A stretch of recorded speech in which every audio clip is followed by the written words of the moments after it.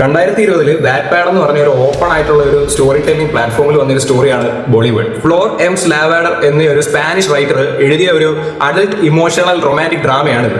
Luke Holland, Hazel Wegan ഇവരാണ് ഇതിനകത്ത് main characters. ഹേസലിനെ പറ്റി ആദ്യം പറയാം. ഹേസൽ എന്ന് പറയുമ്പോഴത്തേക്കും ഒരു നോർമൽ കാഷ്വൽ ലൈഫ് ഇങ്ങനെ ജീവിച്ച് പോയിക്കൊണ്ടിരിക്കുന്ന ഒരു പെൺകുട്ടി ഒരു സിറ്റിയിൽ നിന്ന് മറ്റൊരു സിറ്റിയിലേക്ക് മാറി വന്ന് പുതിയൊരു സ്കൂളിലേക്ക് ജോയിൻ ചെയ്യും. ലൂക്ക് എന്ന് പറയുമ്പോഴത്തേക്കും അവൻ ഹേസലിനെ പോലെയല്ല, നേരെ ഓപ്പോസിറ്റ് ക്യാരക്ടറാണ്. എന്താണെന്ന് വെച്ചാൽ അവന് കഴിഞ്ഞ കുറെ നാളുകൾക്ക് മുമ്പ് പറ്റിയ ഒരു പാസ്റ്റിന്റെ പേരിൽ അവൻ അതിനെപ്പറ്റി ആലോചിച്ച് ട്രോമ, അഡിക്ഷൻ, ഫാമിലി ഇഷ്യൂസ് ഇതെല്ലാം കൂടെ ചേർന്നിട്ട് ഭയങ്കര ഇമോഷണൽ ആയിട്ട് ഉള്ളൊരു സിറ്റുവേഷനിലാണ് ലൂക്ക് നിൽക്കുന്നത്.